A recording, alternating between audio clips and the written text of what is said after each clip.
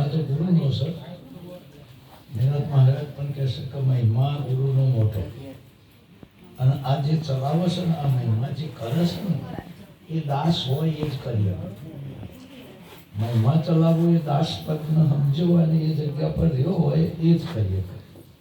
પણ જે અવિરત ચાલુ છે એ જ્ઞાની પુરુષોના લાઈન ચાલી. આ મહિમા જો અવિરત ચાલતો હોય તો જ્ઞાની પુરુષોને લાઈન. પણ હવે એવું થાય છે કે જેમ કુટુંબ વધે એમ બખાડા થતા થાય, અને જેમ જેમ વિસ્તાર વધારજો એમાં બધા પંચાયત પાછા કોઈ હવે ગણવાનું. આ પ્રવૃત્તિ કહું છું.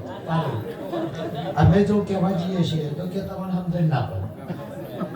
હું મારી જ વાત કરું છું. જો હું કહેવા દઉં છું તો કે તમને સમજણ ના પડે. મારા છોકરાનો છોકરો કહે છે ભાઈ બે હોય એટલે તમારે જવું હોય તો જાવ. એ તો પછી હું આવું છું ને. અરે લાકડા પથરા પાસેથી ના લે તો સંત ના કહેવાય. નહીં હાલ તો એના પાછી અમે આ લઈ લઈને ના આવી છીએ ને, અમે તો એના કરતા કાઢા છીએ. એટલે જ્યાં મને કે દાદા તમને સમજ ના પડે. મેં કીધું અમે હોય ને તમે બધા થયા છો કે એટલે મોબાઈલ ચાલુ કરજો એમની કબૂલ કર્યું ના પડે.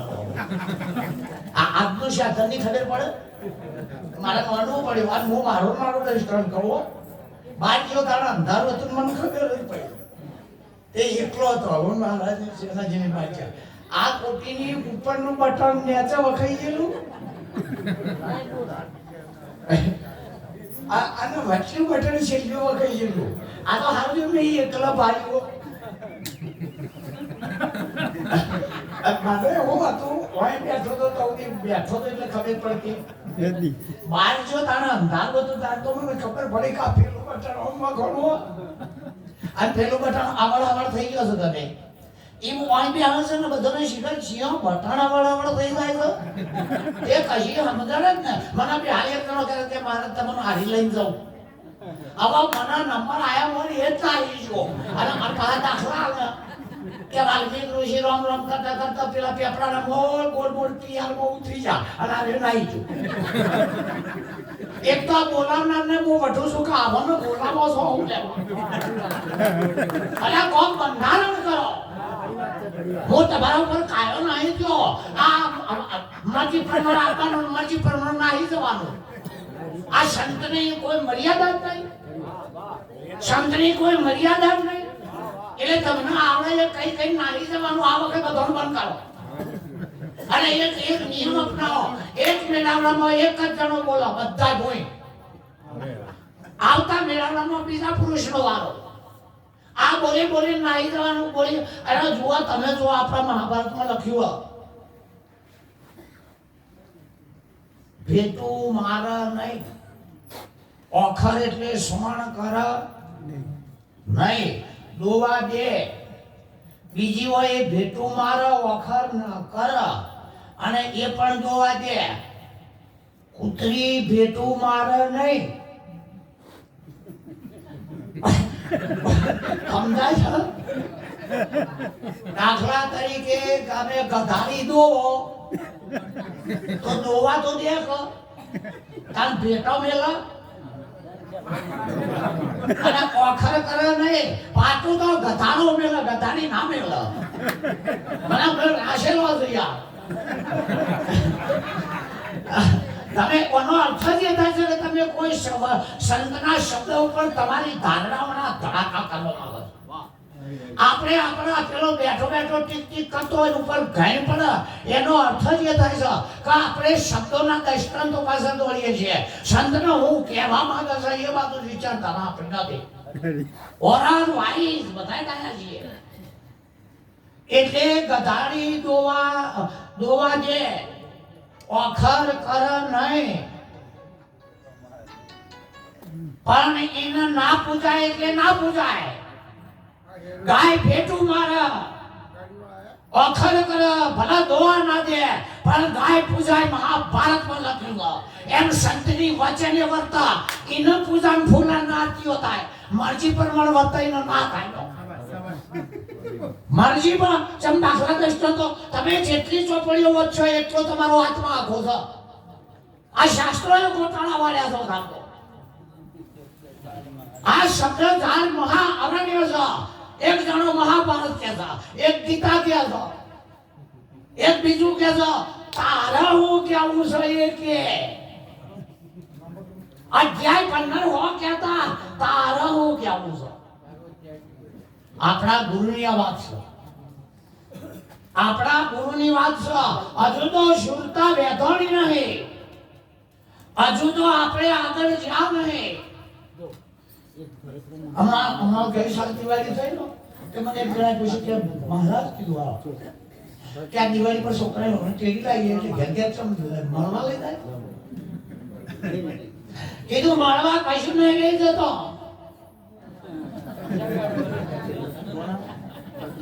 એ ડોશી જ બોલો છે કે આ મોરાને ના છોકરાની બહુ હવે પેલો આવો એમને કે હફરીને પચા આલો શું ધંધા આ બધું બોલ કે તમારા કોઈ નહીં તેવું આમે તમારા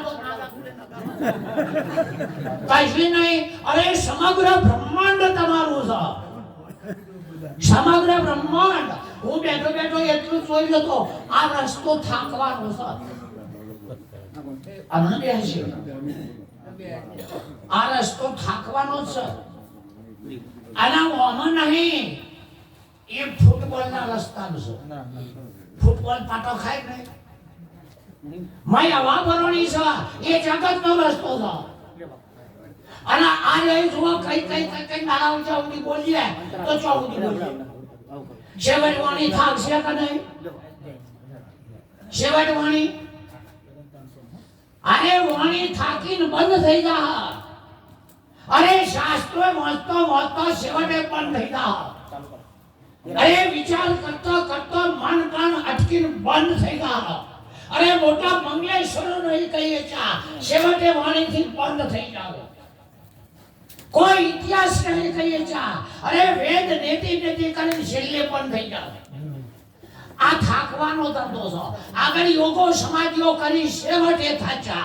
જે થાકશે એ સંત છે. આવા પરા એ સંત ના કહેવાય. આવા પરા અને આમ જોઈ જોઈને છે કેટલું જોશે છેવટ ના જર. હા આ મારા હાથમાં ફૂલા લાવો અમનું રાખો એક દાડો 2 કલાક 3 કલાક ને છેવટ. હા એ છેવટે જે થાકી જશે એનો સંત કહેવાય છે. આપણે થાકવા હજુ ફરતા નહીં, થકવાડવા ફરીએ આપણે. આમ થકવા મેં હમણાં એક ટૂંકું દર્શન કીધું. મહારાજ હતા અમારા શરીર એક ભાઈને પરિણામ પછી લાયા પછી એને કીધું કે મને બજારમાં ફરવા તો લઈ દો. પેલું કે કોઈ કોઈ હોય કોઈ કોઈ નહીં કરતા ફરવા દો એટલે કે લઈ દો.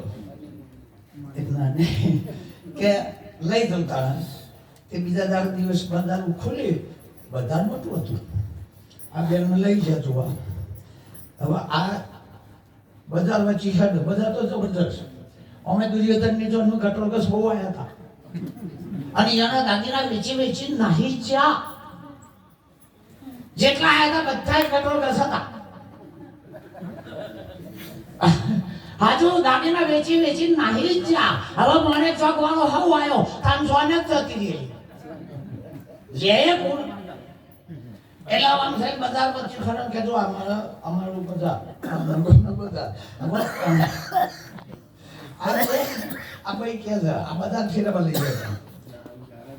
એક આંખે બંધ હતો તો હાફ ફેર આંખે જ નહીં. એટલે પેલો આમ જોઈ તારે બતાવી જાય. હવે અને એક વાંસે બધી દુકાનો દેખાય નથી વાંસે વખત દેખાય. એટલે કે તમે તમારા બજારમાં કે એક બાજુની દુકાનો ઉઘેડી દો અને એક બાજુની બંધ રાખો. દુકાનો બંધ શકો અમે બંધ શકો.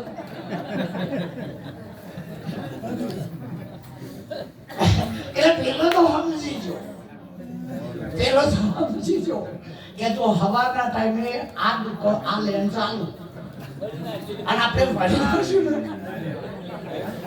એટલે આ બાજુ જમતા અને હોટના તેને આ રેગરો લોકો હફતો પાડીને બંધ રાખ્યો.